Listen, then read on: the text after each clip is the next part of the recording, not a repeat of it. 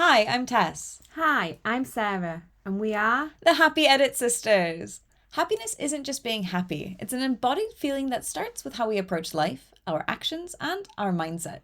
Everyone has a range of emotions, and that's a good thing. Join us as we dive into what it means to be happy and how we build a foundation for happiness through different lenses.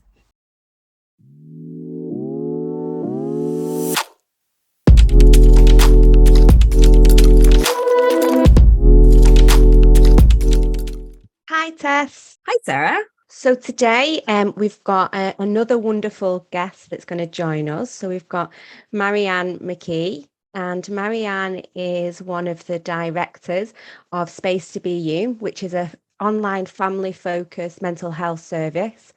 Marianne's a psychotherapist and has been working as a therapist for 18 years. She loves working with families and making a difference in their lives. Marianne is passionate about working with people with autism and neurodiversity and neurodevelopment needs.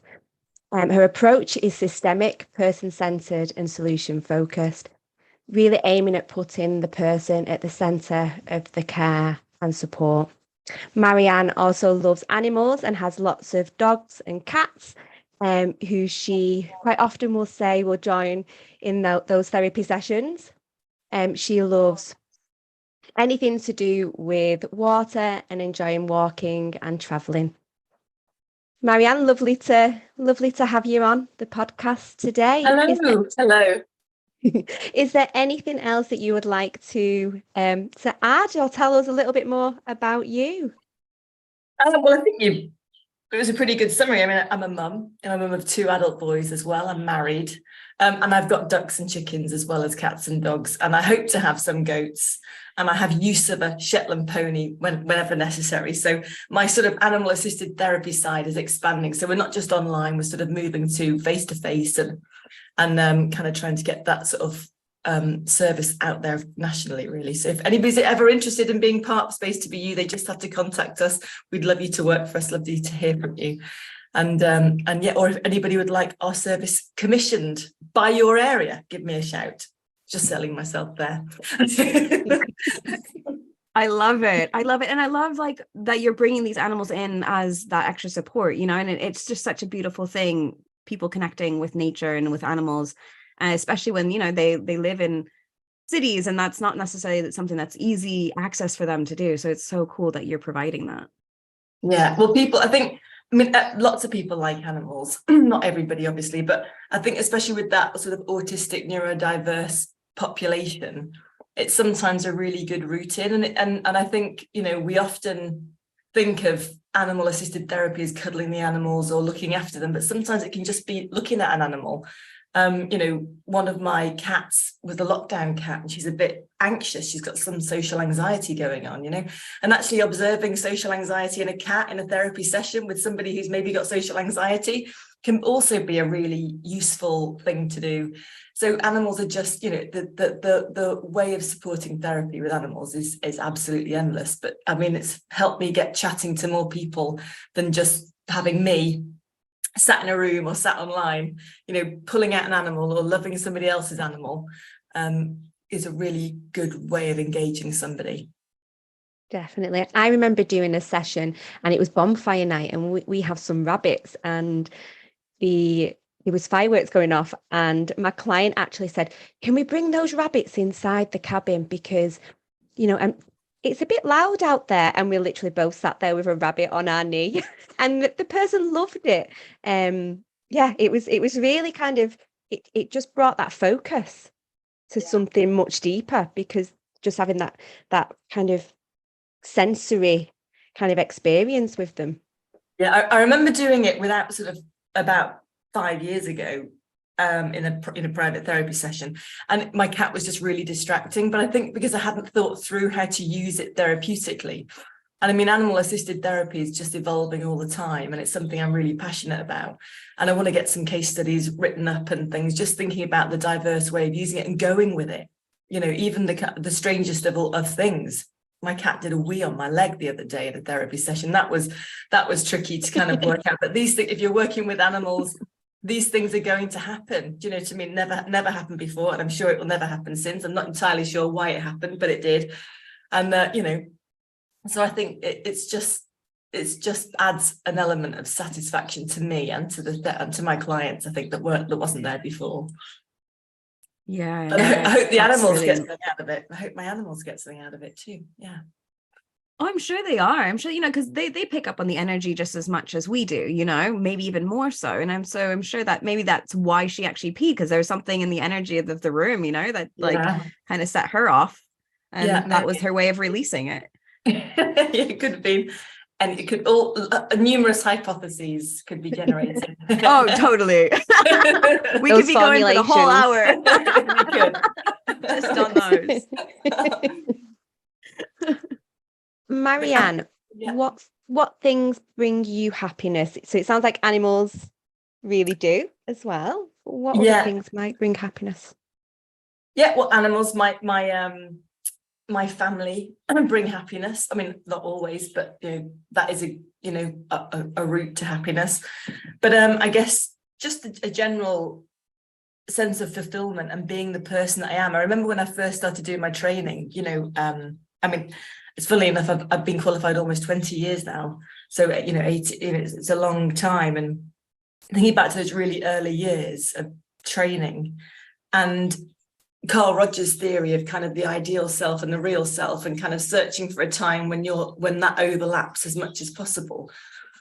And and I think really that is so true. And I'm in my 40s. I know you can't believe it. I look 21, but you know, exactly. I'm in my mid to late 40s, and I sort of feel the first time in my life I'm managing to get that overlap in a much larger proportion. And I think that's just so helpful. And part of that is having my autonomy in my working life, and also my children aren't, you know, are grown up. They don't need me so much. One's 25, one's 20. They're doing their own thing. So, you know, I was quite young when I had children, and so yeah, I feel like for the first time in my life, I'm an adult who can do more about what I want to do, how I want to do it, in the way I want to do it. And I think that's definitely with my family, with my friends, with my work life. And that brings me a lot more happiness and contentment in that sort of overarching thing. I mean, I can say the smiler in Alton Towers brings me happiness as well. You know, don't get me wrong. You can have extreme happiness moments, but if you're thinking about happiness, you know, what is it in that overarching sense? It's for me, it feels like it's contentment and satisfaction. And yeah, I do wonder if it's easier to find that when you're older than when you're younger, because when you're younger, everyone else is older than you. You don't know who you are.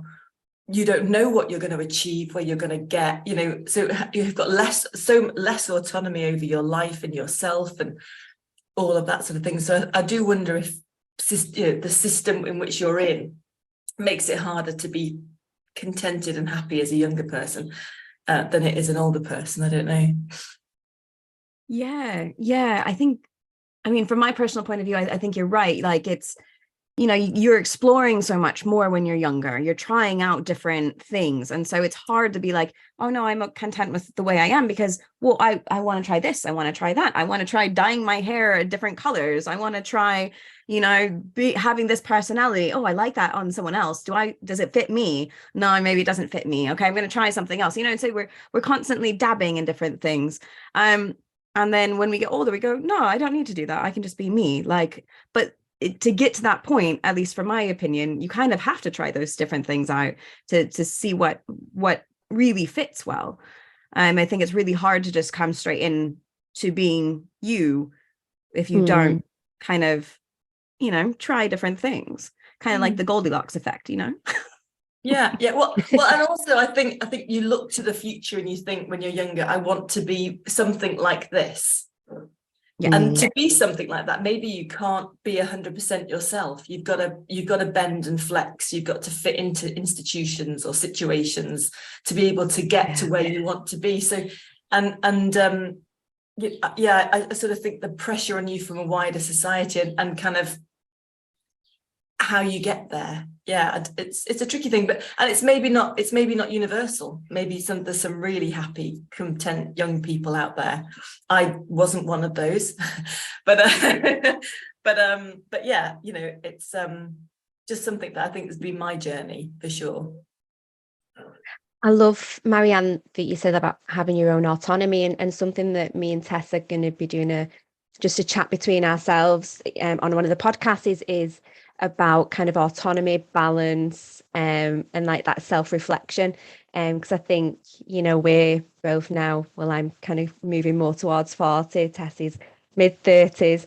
And yeah, I can completely relate to kind of getting into my 30s and more towards my mid-30s of going, do you know what, actually, no, this is what I want in life. You know, I want my own autonomy. I want that balance, and to be content, and something about keep kind of having those goals in life, but not always having to keep pushing, of being in that moment as well, of enjoying what's here right now, still having those goals that we're working towards, but being able to still enjoy what's going on now. And I think sometimes when I've been younger, there's definitely been that push to just keep going. What's that goal? How am I going to get there? So yeah, I love that idea of autonomy. Yeah, well, I mean, I think autonomy is really important. And, you know, when Alison and I set the company up, you know, a really big thing that we wanted to do for our staff was to look after our staff, help them feel autonomous, because it's definitely been something that Alison and I have struggled with in our own lives, lack of autonomy. So not only do we want it for ourselves, but we want it for as many people that we touch in our, you know, in our lives. But yeah, I mean, I think the thing that I do now that I haven't done when I was younger is think, oh, this is a really good time, and all time passes. Bad times pass, terrible times pass, amazing times pass. You know, the Smiler in Alton Towers is just a couple of seconds or maybe a minute or whatever, you know. But so good and bad all pass. And I suppose what I try and do now is just really, I try and drink every moment in, like just be grateful every day. Like, this is so good, you know, this is so, it's not, at some point it's not going to be as good, you know, for whatever reason. And then it might be even better again, you know, this moment came from horrendous moments, you know, it was kind of, so, you know, I have got that perspective of seeing that everything passes and appreciate the good moments. Appreciate those positive times, and looking back thinking to myself, God, I thought I was in a terrible situation. I had no idea how good that moment was, actually. You know, if I just had perspective, a lifetime of perspective, I'd have looked back on that moment and gone, actually, this is great. Just appreciate that and kind of try and, this is not important, things are going to be okay in the end. So I think perspective, a lifetime, you know, a longer lifetime perspective is helpful in happiness too. Definitely. You know, it was funny when you mentioned the autonomy as well, and like that whole sort of image of, and as you say, it's perspective, but you know, when we're younger, we look at adults being like, oh, they have all that autonomy, they have all those, like, that perfect life. And so I think you go into the perspective of adulthood as it's going to be perfect. I don't have all these like things I have to do when I'm a kid, you know, I can choose what I want to do. And then when you become an adult, a younger adult, you're like, oh, that is not true. Like, I have to follow this, I have to do that, I have to pay these bills, I have, you know, and then you have all like the pressure of society, like forcing you to, like, making you feel like you need to do all these different things. And so you just kind of get shoved into that because you go from this perspective of, oh, it's going to be perfect. Oh, it's not perfect. Oh my goodness, what do I do? You know? And then as you move through it, as you're saying, your perspective then begins to change. It's like, oh, okay, the society says that, but I don't actually have to follow that, right? Like, I can decide for myself. And it's just such an interesting journey, I think. Looking back now, you know, we can kind of start to say, okay, yeah, like, I'm able to do something different, and I'm able to do that difference because I'm able to shift my perspective, and I'm able to maybe step back a little bit more than I was able to before because of my experiences that I've had. So I think that's a really beautiful comment that you're making. Well, and also as a child, you've got the bosses everywhere. You know, the boss is your older sister, it's your aunt, it's your mum, it's your dad, it's the teachers at school, it's the TAs, it's the person in the street, it's the shop assistant when you're buying sweets. You know, it's absolute, the boss is everywhere, you know. And then as you get older, that boss gets less and less. I mean, capitalism is supposed to try and help you kind of just have choice and have freedom of choice. What it does is actually create a load of kind of ideals that we all try and live up to. That becomes a pressure, internalized pressure, really. But, you know, lots of companies are set up as what's the word? Dictatorships. You know, they've got a boss and it's their boss's way, and it just all filters down. And so you're back to having lots of bosses, having somebody have major control over your life and you having very little control. They either like you or they don't. It's either good or it's bad. And that is probably outside of your control a lot of the time. So, you know, we just kind of, I think autonomy outside of that, you know, I've got ADHD. Trying to keep to the rules is really tricky for me. You know, I desperately tried to be a wallflower for 40 years of my life and never quite managed it. You know, be compliant, just fit in. No one noticed me. I mean, I couldn't do it. You know, couldn't for love nor money. You know, I am an ADHD person. I stand out. People remember me, unfortunately, and or fortunately. Or fortunately, yeah, it's all for the good things. Exactly. But it's so sort of you know, kind of having autonomy is really important, because it means that the values that I look at, my own values, ones that I've created for myself, as opposed to having somebody else's values impact me, which is helpful for me. Yeah, definitely. I'm really, really fortunate to be given the opportunity to work with Marie-Anne and Alison at Space to Be You. And definitely from my perspective, you know, I do feel like I have my own autonomy within the company, and it's such a lovely place to work. It really, really is. Kind of goes on to that next question, really, actually, about how you then integrate happiness into your work. Well, I think by being as autonomous as I possibly can, by valuing everything. I mean, you know, I think there have been times in my life where at the moment it's really easy to integrate happiness into my life, because my life has got all of the scaffolds to make it happy, and that might come to a period of where it's not quite structured like that or whatever, but I know I'll get through it, because I've got through loads of difficult times in the past. But you know, I think when things have been really difficult for me, and every day has been a difficult time, you know, that's when you pull it out the bag, isn't it, of how you maintain your happiness. And I remember there's been really tricky times in work where I've driven to work, you know, and the sense of foreboding has been enormous. I'm gonna have to survive another day. And I'd heard that if you put a fake smile on your face, it releases dopamine. So even if you feel awful, just by putting a fake smile on, not like a real smile, just a fake smile, it actually releases dopamine in your brain and it makes you feel happy. And I don't know the science behind it, but it definitely works for me. So I would drive to work with a fake smile on my face, thinking, if I felt appreciated and valued in work today, how would I be driving into work? How would I deal with this traffic light situation? How would I deal with this traffic jam? How would I deal with that annoying person that's just overtaken me? When I walk in the office, if I felt valued and appreciated by everybody in this office, how would I walk in? What would I say to people? How would I interact with people? And that was kind of how I got myself through a really difficult time. And I also had, do you remember that song, Happy? 'Cause I'm happy, clap along. And I had that song just playing on repeat, just over and over. So whenever I was doing my admin, that was just playing in my head. You're happy, come on, this is upbeat, this is great. Fake smile, thinking about if you know, felt appreciated, how would you be? And just kind of just pushed through and kind of got through. And then, you know, I was happy. I was happy by doing that, despite feeling in a really difficult situation. And then opportunities came, and you know, things got better, and you know, life moved on, and we are where we are. But I think it's easy at the moment because I've constructed my life to feel. I mean, there's loads of things in my life that isn't, it's my son's in Australia, I hate that. I mean, I love it for him. He's really happy. That's good for him and great.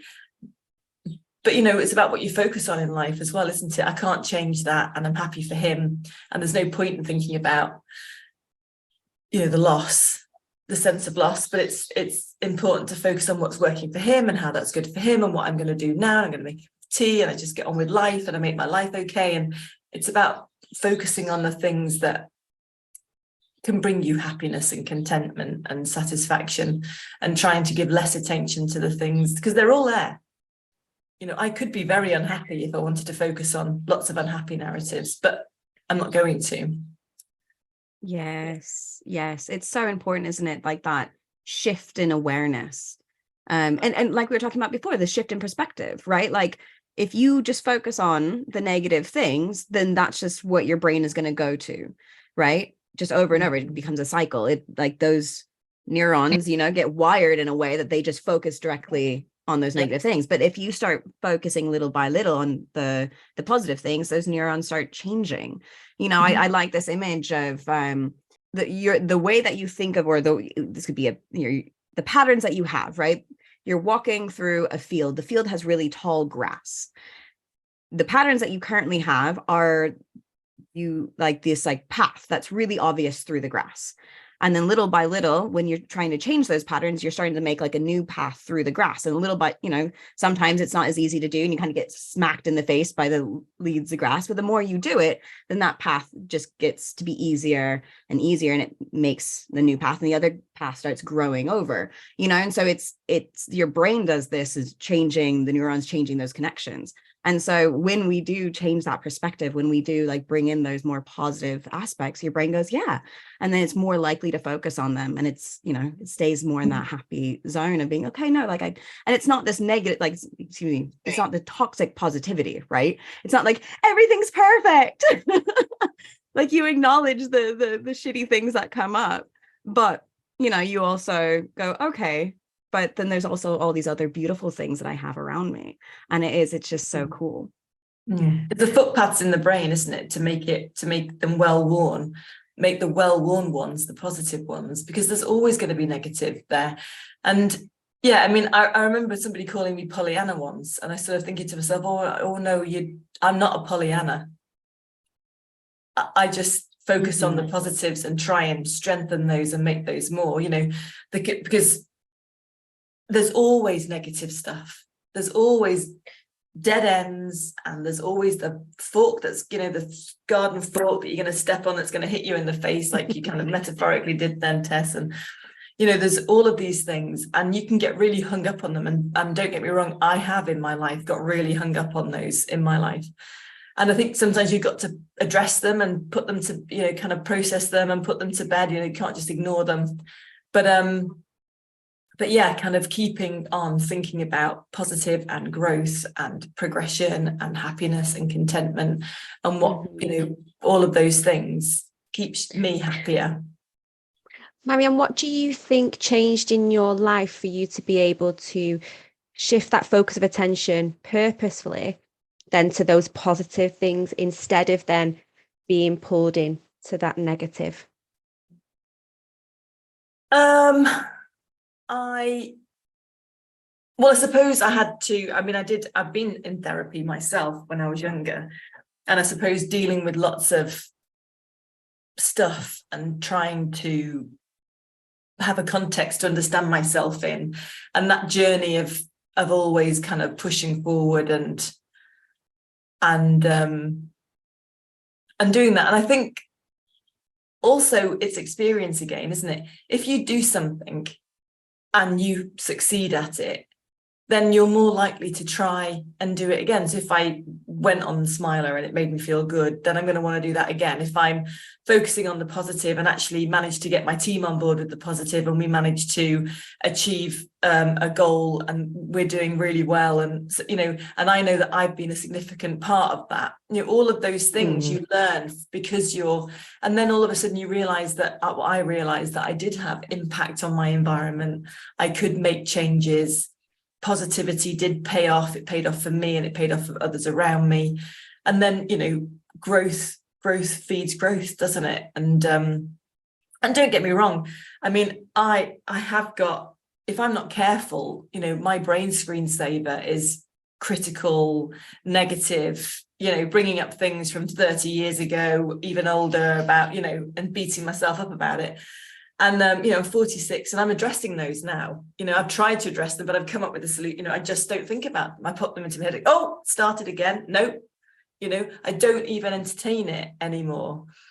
And I'm hoping it's going to work. The theory behind it suggests it will work. Whether it, hopefully, I'm going to be in a better place in a couple. But you know, I never stop trying to improve myself. I never stop trying to get my life a bit better. And I think, you know, knowing that I could make such a difficult place, you know, not only that time in work was difficult in work, and it was difficult at home. My great grandmother was really ill, and you know, there was lots of challenges, and knowing that I can kind of get through that and, you know, other difficult times in my life and grow because of it, feeds the drive to keep pushing, I think, for me.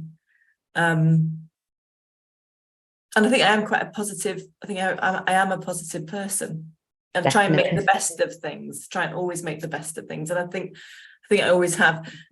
Yeah, maybe even as a child, you know, but other things come in the way, don't they?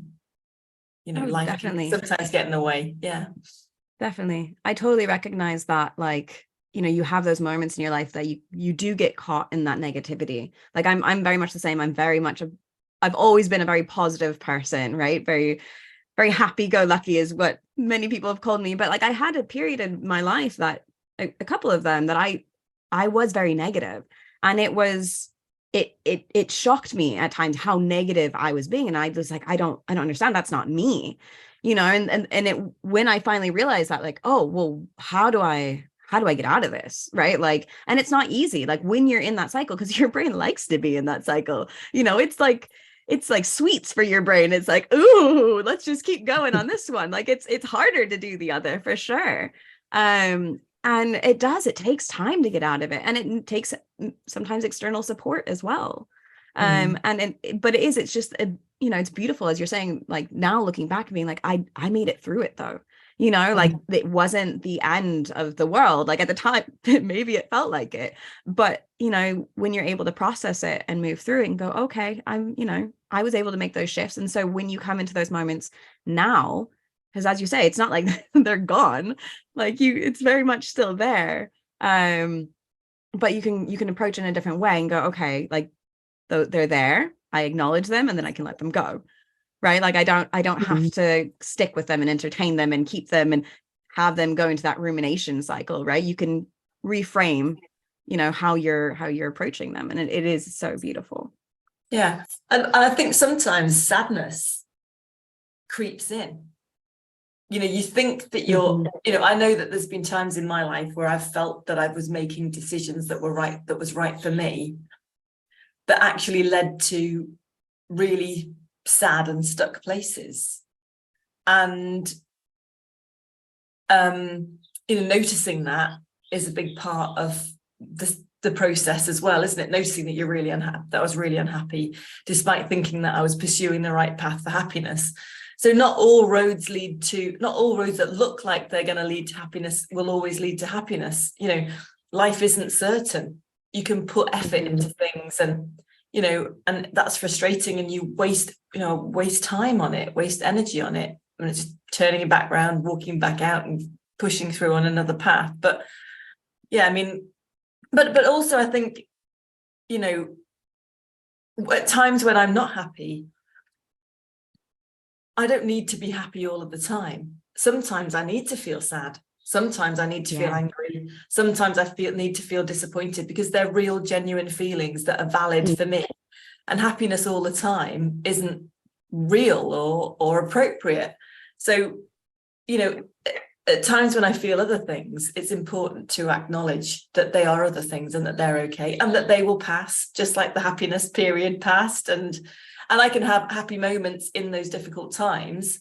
But yeah, I mean, it's not a guarantee. It's not always there. I think you can't always get happy. I remember one time a dear friend of mine was diagnosed with terminal cancer a week after she got back after her honeymoon, and she was the same age as me. and she'd been given 5 years to live at best. And there was, must have been, 6 weeks, which is nothing really in the grand scheme of things, where I couldn't laugh.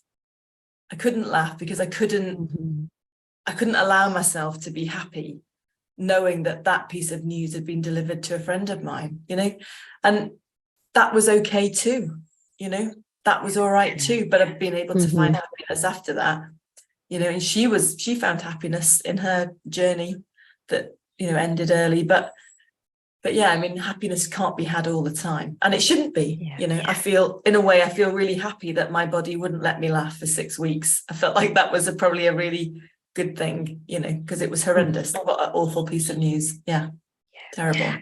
And I think in therapy, when we're working with clients as well, is that quite a lot of people won't let themselves feel those other emotions, will they? They're constantly kind of thriving and pushing towards, I need to feel happy. What's your goal? I want to feel happy. And actually, things that I've noticed when I've kind of said, how would it feel to sit in sadness, to sit in anger, to sit in that frustration? Actually, that's a really powerful moment in therapy of going, actually, I never allow myself to do that. And then for them to notice that that feeling passes as well, like you say, that, all feelings pass, is really empowering for clients and ourselves as well. Well, and also those are the feelings are really, I mean, if I hadn't got angry, I wouldn't be where I am now. Anger drives me sometimes, sometimes the best place to get to happiness is to get to anger and push myself. I can do a lot more if I'm angry than if I'm happy, So anger is a really good emotion, and sadness sometimes, just makes you sort of stop and kind of, acknowledge things. So all the feelings are important, and I do think it's interesting, children these days, you go to school and they've always got targets, they've always got goals, everything's a goal, you got to reach it, you got a year to reach it, you got 6 months to reach it, you got 6 days to reach it. We're working. People will say to me, going in about oh god, this is a good one, an autistic person, and their goal on their EHCP was to have a reciprocal conversation.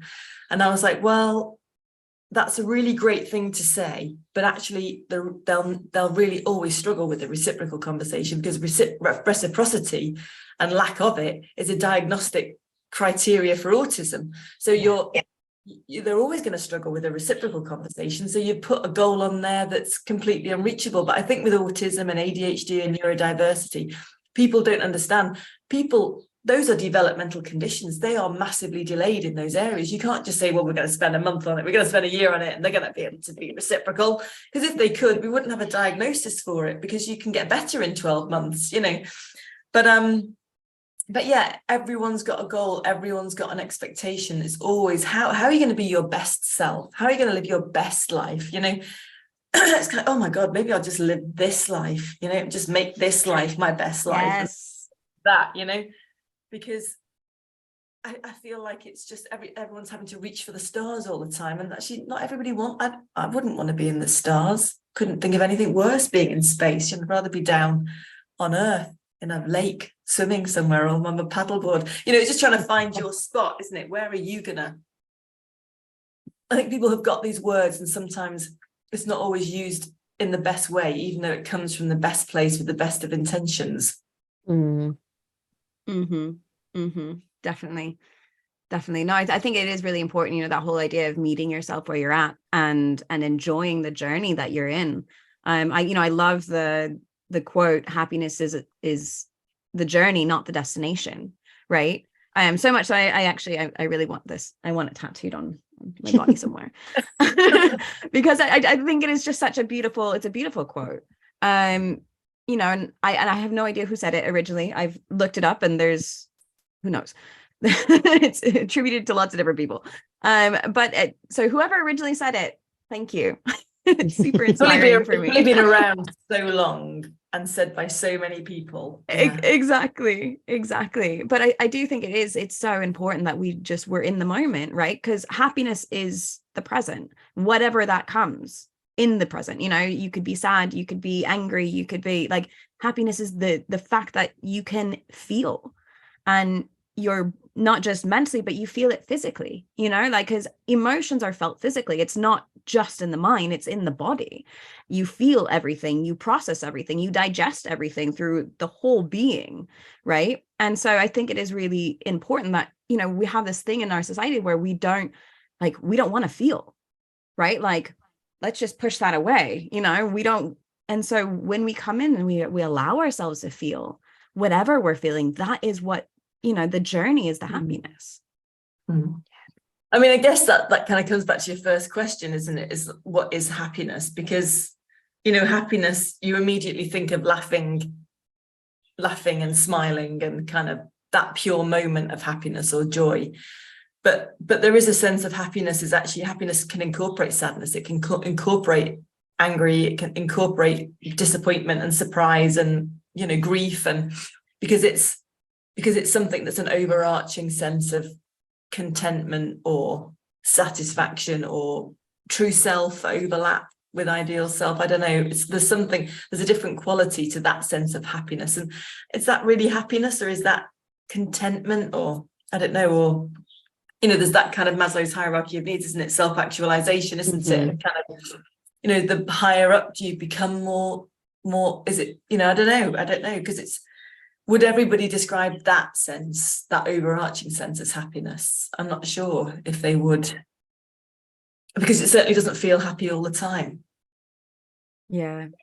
And that happiness it is different to everybody, isn't it? Because it's each person's interpretation of that happiness. And when you said then about the Maslow's hierarchy of need, and we do need those foundations, don't we, at the bottom of that? Absolutely. You know, and actually that brings a lot of joy as well, you know, those lower down foundations.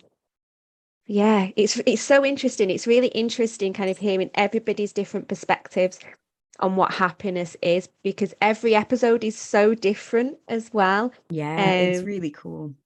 It's great. It really, really is. Marie-Anne, if there was any advice that you would give to your younger self, what might it be? Oh gosh, my younger self would be, it's going to be, you're okay. You're actually an okay person. It's going to be okay. You will get through all of this. And yeah, don't do anything differently. You know, there's been good times and bad times. I've made mistakes. I've gone down life rabbit holes.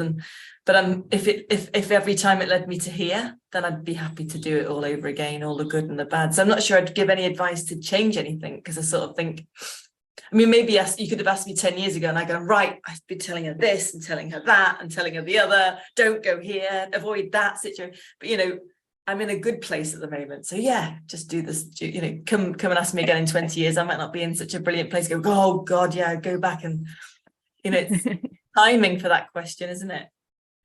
But yeah, it was all fine. I love it. It's okay. Yeah.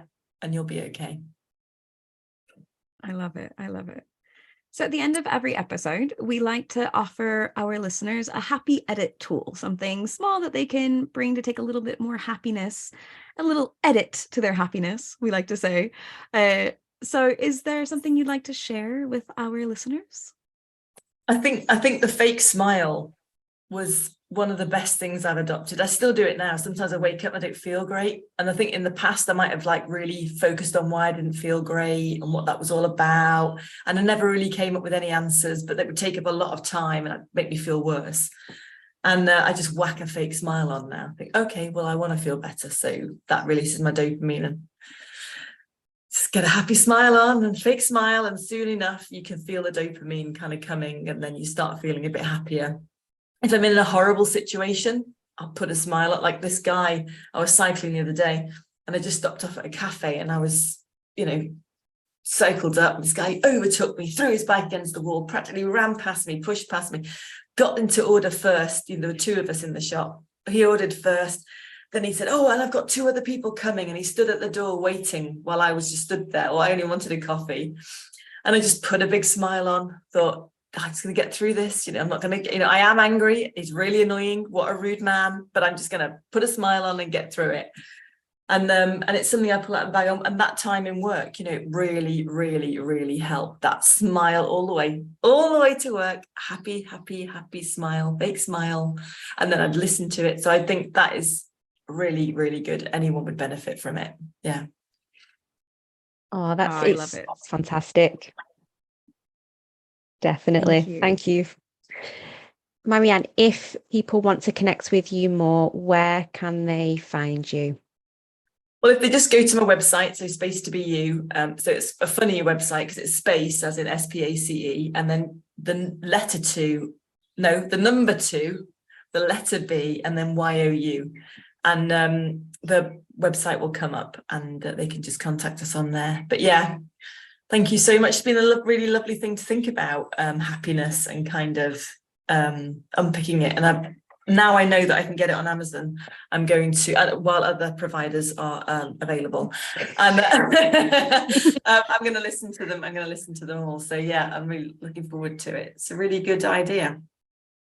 Oh, thank you so much. This has been such a wonderful conversation. I've really liked how it's kind of progressed and how we've, as you say, we've unpicked it. It's been really beautiful. Yeah, thank you. Thanks, guys. Thank you for joining us, Marie-Anne. Yeah, take care. Bye. Bye. Bye. Bye-bye. At the Happy Edit podcast, we're mindful that the podcast is not in replacement of therapy. If you do need further support, please do contact us on our contact details in the show notes. And we're more than happy to offer further support and guidance and direct you to places like the counselling directory or therapy directories. If you do also need further support, we would also recommend you contacting your primary healthcare provider. Thanks very much for listening, and we'll see you all soon.